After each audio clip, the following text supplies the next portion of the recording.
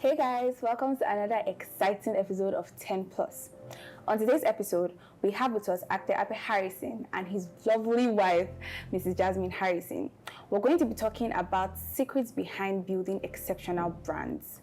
Delivery and customer service. It's not just about starting a business. Can you sustain your business with good delivery and close to perfect customer service? You're going to love this, I promise. So don't forget to like, subscribe, comment, and of course turn on your post notifications. Don't go anywhere, we'll be right back.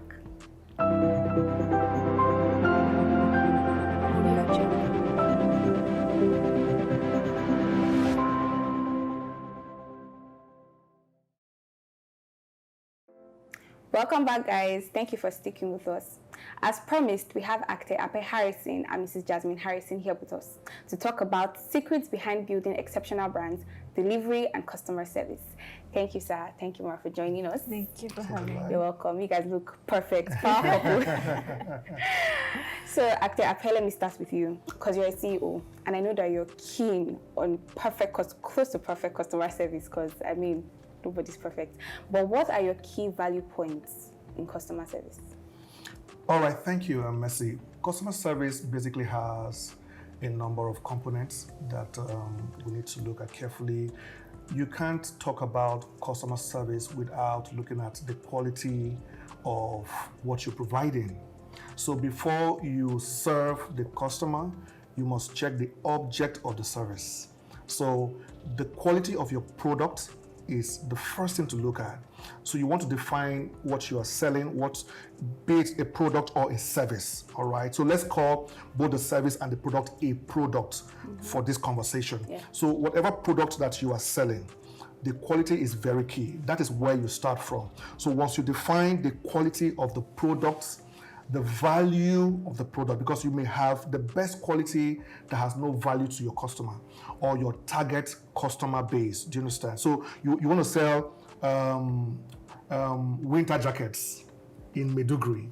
So you may have the best winter jackets in Maiduguri, but it's useless in Maiduguri because it's crazily hot in Maiduguri. So you want to get the right product for the markets you are aiming, and then make sure that product is of the possibly highest quality for the level you are in.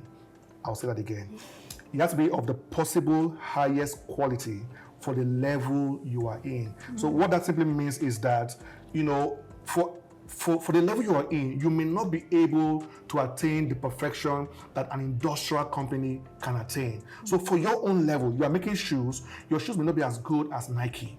But for the level you are in, you want to attain the perfection that you can attain at that level. So that's the first place to start. Then the next place to start is the delivery of the service. So you have a defined product, you have a quality product, and you have a pristine delivery system. Wow. Yeah. Mrs. Jasmine, I know you run a salon. Yeah. So I know it's not as easy as knowing, okay, every lady walking on the streets is a potential client. How do you know a potential client? Well, that's a mistake some people might make. Because you do something doesn't mean that everyone that should patronize you is your client. First of all, as he said, your product determines your clientele. Now, I could be offering a service that someone might want to patronize me but might not be able to afford me. It doesn't mean I should step my prices down. Because there are other people that would be able to service that person. However, there are also some people that require some high-end service, and they might feel coming to me to grant them that service might be underrating themselves. So you need to pick your client by your product. The product that you're offering determines the kind of clients that you approach. My husband said once that you would not go to Transcorp and sell pure water, for instance. You have to know that if you're going to Transcorp, you're going to have to sell bottled water because of the kind of clientele you would meet there. And then the second thing that would determine your clientele is paying. A client that does not pay is not a client. I don't know what it is. Maybe I would call it welfare now. But the client has to pay for the client to be qualified as a client. Actor Apeh, you work in a more professional field. And you can't really know the potential clients just like just by looking at somebody. Some people are even underdressed and you won't know, like, they could get you major deals. So for you, is it the same thing? Yeah, it's not exactly the same thing, but I mean, still within the same turf. So one of the things that I do is client profiling. You know, I don't know if it's in any book. That's what I call it. Okay, so that is my own term. So I do client profiling, and my client profiling is very liberal for a start. So you come into our office, you want to do a furniture, or you want us to have a design done for you. A furniture might come as low as 20,000 naira a piece, or as high as 20 million naira for an order. A design could be between a million naira or even 10 million naira, all right? But I wouldn't judge you just by how you look, all right? However, when you come to me, for example, which has happened before, and you say, look, I want to build a hospital, and I need a design, and you give me a comprehensive bill, brief, I beg your pardon, and then you now offer to pay me 500,000 for that design, I won't take it. And it's not because what you're offering is bad, it is because you've come to the wrong person to give you the solution. By God's mercies, there are certain designs that I can't do for 500,000 naira, okay? But there are certain furnitures I will do for 10,000 naira. So if you are coming with a brief that normally I would charge 3 million for, and you're expecting to collect 50,000 naira for, I will politely let you know that you are in the wrong office, okay? Because like my wife said, if I want to sell pure water, I won't go to Transcorp.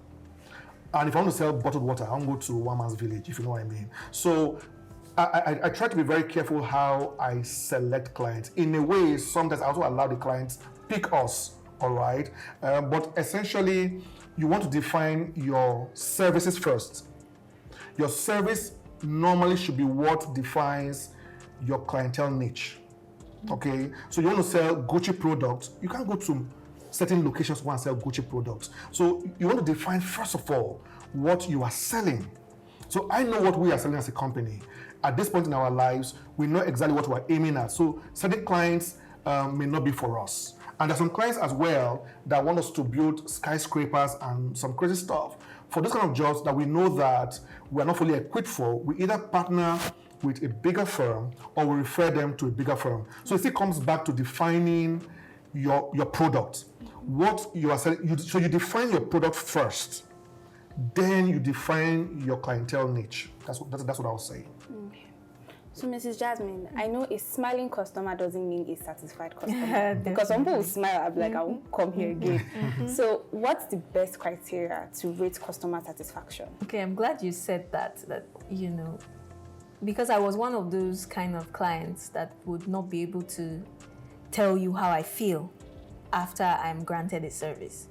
If I'm dissatisfied or if I'm satisfied, you won't really know except if I do not come back. So the first thing is a returning client is definitely a client that was satisfied prior to that date that they returned. So if a client comes back, you can be sure that the first time they came, they were satisfied with your service. The second thing is a referral. A referral is the highest honor any person that provides a service can get. True. I can come back to you if you gave me a good service, but I will only refer you to a friend if I know that I am guaranteed that if my friend goes to you, she would get marvelous servicing, because I wouldn't want to be responsible for anything that happens to a friend or a colleague. So first thing is a returning client is definitely a client that was previously satisfied, and a referral is an honor to the fact that you satisfied a client once. So you're both CEOs, but let me ask Apeh, how do you deal with bad customer service? Because there are people under you, and there are times where you don't even know that this staff has done this. Same for you, because it's not all the time there. So how do you deal with bad customer service, especially the one that isn't from you? Yeah, so this is something about the human nature. The human nature is may seem very complex, but also in itself can be very simple and very predictable. The heart is not stone, the heart isn't a piece of wood. The heart can be channeled, and nothing softens the heart like a genuine apology. So, I mean, we've had cases where we've had bad services from one of our team members. Some other times the services were not bad, but the interpretation of the service by the client was bad. I mean, so our team did what they should have done, but the client wasn't satisfied. And since the goal is customer satisfaction, see, that's the mistake people make. The aim of customer service is customer satisfaction. It is not the giver of the service that can define or determine the satisfaction of the receiver of the service. It is the one who receives the service that can interpret whether or not he or she is satisfied. So sometimes the mistake that we make as business owners is that we expect our clients to receive our services with the perception with which we give it. So we think we give you the best service. How come you are complaining about what we have offered you? You are not the receiver of the service. So the one who receives the service is the only one that has the credentials to say, yes, I'm satisfied with your service or not. So many times our guys could provide the service and then the client may not feel satisfied. He or she may have done a great job, but the client is saying, look, I don't like what they did. So it's simple. Most times we make sure that a superior management staff calls the client, and in many cases we will have the same person representing us call the client again and give a sincere apology. We are truly sorry that what we did wasn't matching up to your expectations. Please give us the time to come back and fix it. And like I said, the heart isn't wood, it isn't metal. Many times, 99.9% of the time, the client say, oh, no. In fact, it wasn't even that bad. But it's okay. You guys can come around tomorrow. I completely understand. And that feedback, works every time because everybody wants to just know that you take their opinions seriously. Okay, so as much as when you have a good product, the customer will buy your product. When you have good services, the customer will keep coming back. So good product will ensure that he buys your product or he buys into your product. Good service will ensure that he keeps coming back. And good service is not only when it is perfect, even when it is not satisfactory. When you get back to them with that feedback of, we are truly sorry, how can we make this right with you? That also constitutes good service. Are you guys hearing this? I feel like leaving this interview to go and start my business because they're just giving us secrets to how to, run your business. It's not just about starting business. I keep saying this. Look it sounds so basic, but you won't hear these things on a normal day. So we need to go on a short break now, but don't go anywhere. We'll be right back. Life is a trade. Life is a business. Whether you are a civil servant, you are a mother, you are a father, you are a farmer, or you are an entrepreneur, life is a business. As long as you are alive, you are in the business of living. But let me say this to you. Life is cheap because you got it for free. But living is expensive. You see, when you were born, you didn't have to pay to be born. But the life that you will have at 70, you will pay for that one. And you will pay for it when you are 17. Because the things you refuse to pay for at 17, you will pay for it at 70. Because life allows credit. That's the truth. People keep saying that, you must pay the price, you must pay the price. But life, what they didn't tell you is that life will allow credit. It means that you can collect certain things from life, and you don't have to pay now, you will pay later. Whatever you become, there is a price for it. Welcome back, guys. Thank you for sticking with us. We're still here with actor Apeh and Mrs. Jasmine. So, ma'am, I'm going to come to you. It might sound a little bit controversial, and I don't want to. Okay, let me just ask it. How do you know when it's time to either reduce or outrightly stop working with a client? That's a tricky one. Okay, so every entrepreneur, whoever owns a business, comes to this point.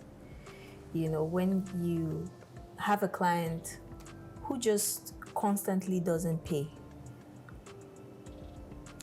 Those clients that just come in and run a service and leave with a thank you. Sometimes we call them friends, sometimes we call them family. Sometimes they're even clients you built relationships with over the years, and then they just feel sometimes entitled.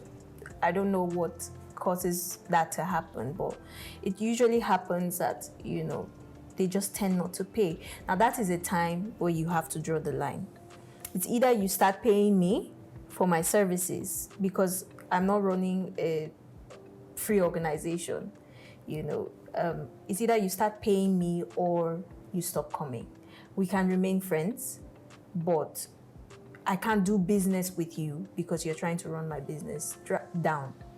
The second thing, again, is when a client blatantly disrespects your structure. Every business, every successful business is built around a solid structure.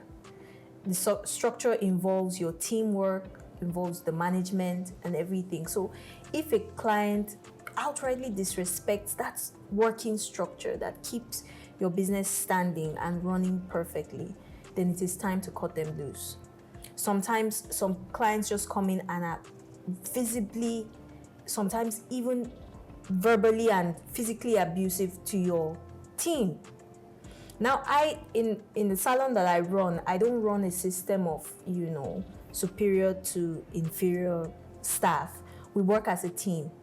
What affects one person affects the rest. So if you come in and you disrespect one of my team members, and I know that they have not really offended you in any way, and this continues often, it is time to cut you loose, as in I do not tolerate it.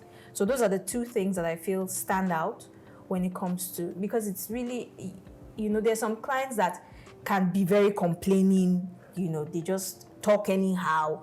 Those are not the ones you want to cut. The people that even tell you every time that you make their hair or you run a service for them that they are not satisfied, but they keep coming back. It doesn't mean you should stop them at the door, you know.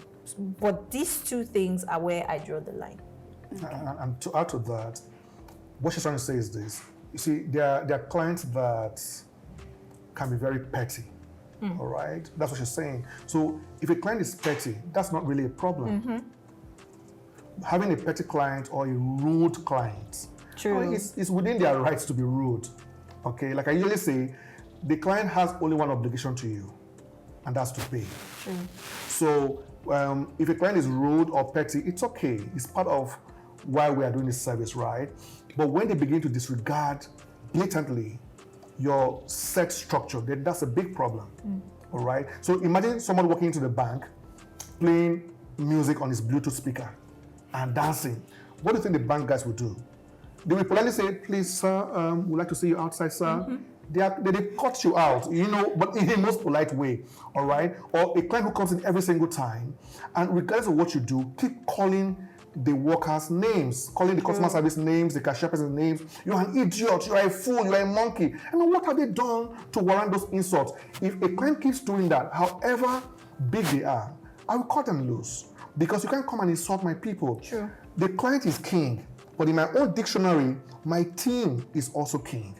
Because the machinery that we use to service you as a client are the teams. So I respect you and I love you as a client. I also respect and love my team members. So you can't just come without any reason and begin to call the team names or abuse every structure. Please, can you sit down and wait for your turn? You say, no, I must be attended to now, but it's a structure. There's a queue. Please, sir, could you just wait for your turn? No, you must. If you don't give me this attention now, I will pull my money from the bank and I will leave. Then you can go. I'm sorry. You see? So what she's saying is that clients may be petty. Doesn't mean that they're breaking your rules or your structure. The ones that abuse your structure and abuse your people are the ones you want to be very careful about. And the ones that don't pay you, because their only job to you is to pay you. Now, there's a place where you can do just for free. Don't get that twisted. There are certain clients that are so loyal to you that you intentionally render them services without pay. That is intentional. But when the client abuses that privilege, then it's a problem, because their only obligation to you really is to pay for your services. If they don't pay you, how do you serve other people? Yeah. So I like to quote you a lot because you have a lot of listeners. So I bet people can relate to me when I quote you. So I've heard you say, promise what you can deliver and deliver more than you have promised. As simple as that may sound, it could be confusing to some people. And then delivering more than you have promised, won't that have a little dent on your profit margin? Because if you promise a biro and you give a marker, you're losing. So how exactly, where is the balance? Yeah, so two things there. Promise what you can deliver and then deliver more than you promise. The mistake that many of us make is that we promise what we cannot deliver. So I want people come to us and say, okay, I want this furniture done.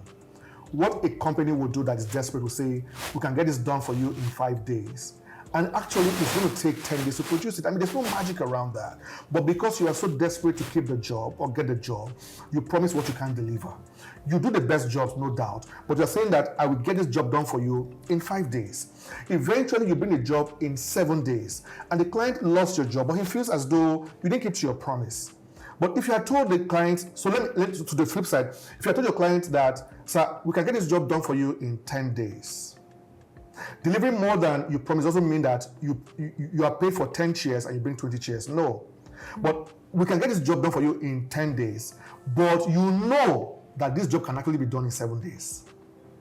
So the client might even say, no, Apeh, 10 days is too much. My child's birthday is in 2 weeks' time. I want a chair. So, okay, sir, let's do it for you in 8 days. Is that okay? It's okay, yeah, 8 days is better. Better.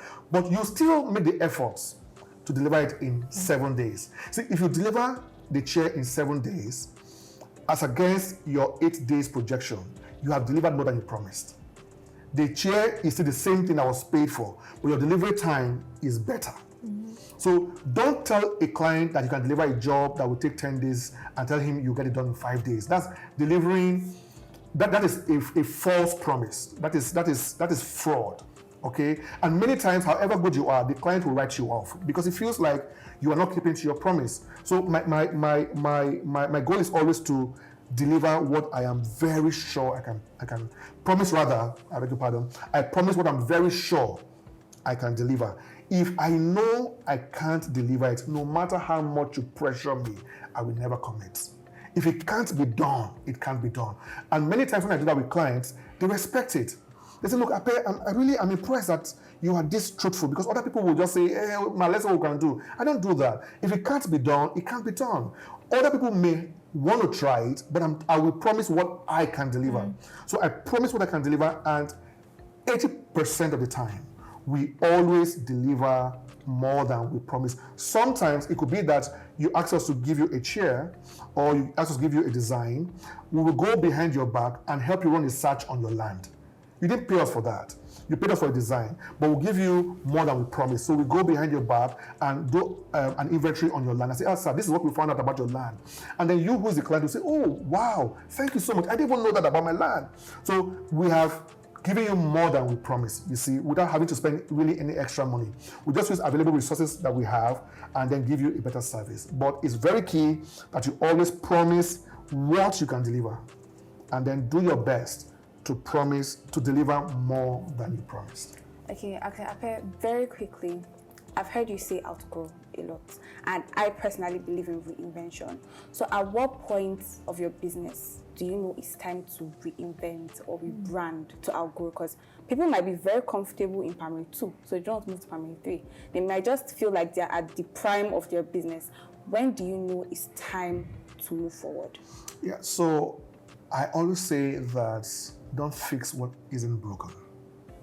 So there's a time we had, a meeting at the office, and the team was proposing that we, came up with some new concepts and all of that.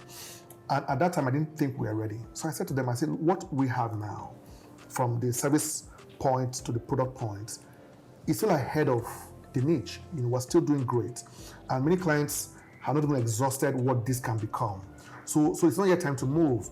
One of the things that we want to be careful about is don't allow your competition to determine how you evolve. All right, what the competition is providing is important. You want to also check what is out there in the market, but you don't want to build your entire service on your competition. Is that okay? So once you understand that backdrop, you also want to check the needs of your clients. So you need to keep learning the needs of your clients. For example, almost everyone is going online now. So if you're running a business and you don't have any online option, then it may be an error. So you want to keep an eye on your competition, what is out there, but you don't want to be controlled by your competition. Number two, you want to be very aware of the evolving needs of your clients. So when you design a product or a service, you are designing for the user, right? And you want to watch the needs of the user or anticipate the needs of the user. So you may be doing certain products that may be good for the time. A point is going to come that the general needs of your users will change. And when that happens, you need to move. But the real caution here is that don't try to fix what isn't broken. It's always important to evolve by learning the needs. As many times your clients will even teach you. If you observe them carefully, you will tell what is changing about their needs and follow the trend of the mutating needs of your users. But don't be completely controlled by what's just out there. Be aware of it, but don't be controlled by it. Mrs. Jasmine, do you have anything to add to that? Because you run a business that you almost always need to get better to keep up with the competition. The hair industry is evolving every day. In fact, by the hour, people are creating new hairstyles. They're creating new ways to make hair grow, you know. So when you say evolve, some people might look at it as, you know, such a big thing. You can evolve in tiny ways that just keep building up. It's as little as there was a time when we didn't used to give free water. The customers had to come in and request and buy their bottle of water. But then we had to evolve when we saw that the need for water, you know, was great, especially when the heat period came about. And then some people will feel, if I'm paying 24,000 naira for a service, why do I have to pay for my water? We had to evolve to make sure the client is satisfied and to make sure that we are also growing. So it's as little as those kind of changes. There was a time when we had to, you know, go to people's houses or, you know, call people to make sure that they have their hair done. But during the COVID-19 period, when people could not go out, nobody could come to you, you couldn't go to anyone, I had to evolve. And I started doing online trainings for most of my clients that were sitting at home and did not know what to do about their hair. So evolution doesn't have to be large. It doesn't have to be bulky at first. Evolution starts gently. And then at the end of the day, you find out that, oh, you've changed so much within a period of time, but it started step by step, one change after the other. Wow. So guys, take this. The customer is always right, even when they're not right.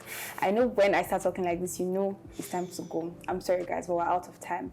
But don't forget to catch us next time. As soon as you just see post notification, just catch us here. So before you catch up here, the customer, we'll talk about this next time. Okay. I don't think the customer is always right.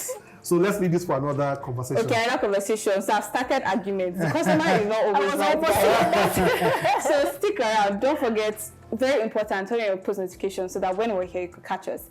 Don't forget to like, subscribe, and comment. Okay? Thank you guys for joining us today. Thank you, Apeh. Thank you, Mrs. Jasmine. We'll see you guys next time. Bye.